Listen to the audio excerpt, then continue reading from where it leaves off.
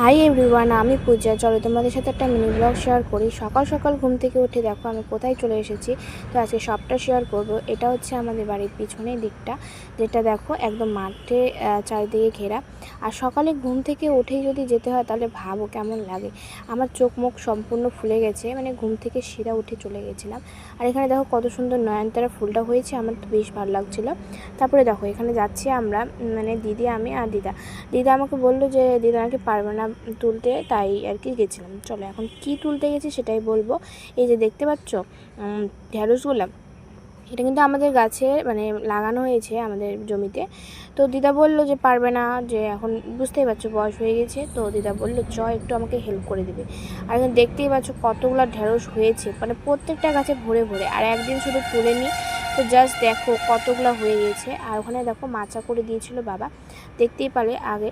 তো এখানে দেখো আমি ঢ্যাঁড়সগুলো তুলছিলাম, মানে দেখো কত বড়ো সাইজটা হয়ে গিয়েছে। একদিন শুধু তুলে নিই, মানে প্রত্যেক দিন তুলতে হয়। যাদের জমি আছে অবশ্যই তোমরা জানবে। তো গ্রামে কিন্তু এটাই একটা ভালো প্লাস পয়েন্ট, মানে যে তোমাদের শাকসবজি নিয়ে কোনো রকমই টেনশন করতে হয় না। তো দেখতেই পাচ্ছ একদিন না তোলাতে কতগুলো হয়ে গেছে, আর প্রত্যেকটা গাছে ভরে ভরে হয়েছে। তো ওগুলোই তুলছিলাম, দিদা পারবে না বলে তো করে দিয়েছিলাম হেল্প। আর এখানে দেখো লঙ্কা গাছ, এটা কিন্তু আমরা যখন ছোট চারা লাগিয়েছিলাম তখনই এনে লাগিয়েছিলাম এখানে। আর এখন দেখো কতগুলো লঙ্কা দেয়। আর মানে মাঝে মাঝে কিন্তু আমরা লঙ্কাগুলো তুলে নিয়ে যাই, এতগুলো হয় মানে বলার বাইরে। তো দেখো আমি কিন্তু আজকে আর কালকের মতো মানে ওই যতগুলো লাগে ততগুলোই তুলে নিয়েছিলাম। সম্পূর্ণগুলো তুলে নিই, যতগুলো লাগে একটা গাছ থেকে মানে তুলছিলাম।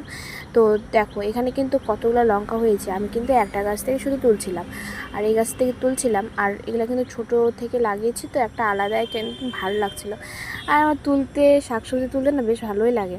তো এটাই বলছিলাম যে আমি এটা লাগিয়েছি গাছ। তো যাই হোক, তার মা না আমাদের বাড়ি মানে মাঠে আসার সময় বলছিল যে জমি থেকে মানে লাউয়ের ডগাগুলো নিয়ে আসবি, ওগুলো খাবো মানে রান্না করে, তার জন্য। আর এই দিয়ে দেখো করলা হয়েছে দুটো, তো ভাবলাম নিয়ে নিই। আর এইভাবে কিন্তু 2-3টা করে প্রত্যেক দিনে হয়। তো আমরা চলে গেছিলাম, দিদা কিন্তু যায়নি, দিদা পরে গেছিলো। আর পরে গিয়ে কিন্তু আরও অনেক কিছু এনেছিল, যেটা আমি ভিডিও করা হয়নি।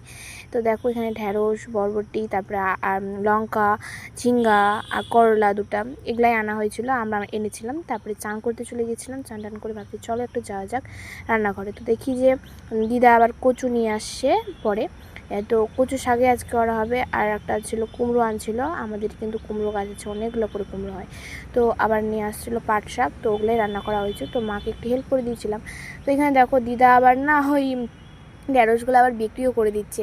ওই আর কি, অতগুলো খাওয়া যায় না প্রত্যেকদিন। তো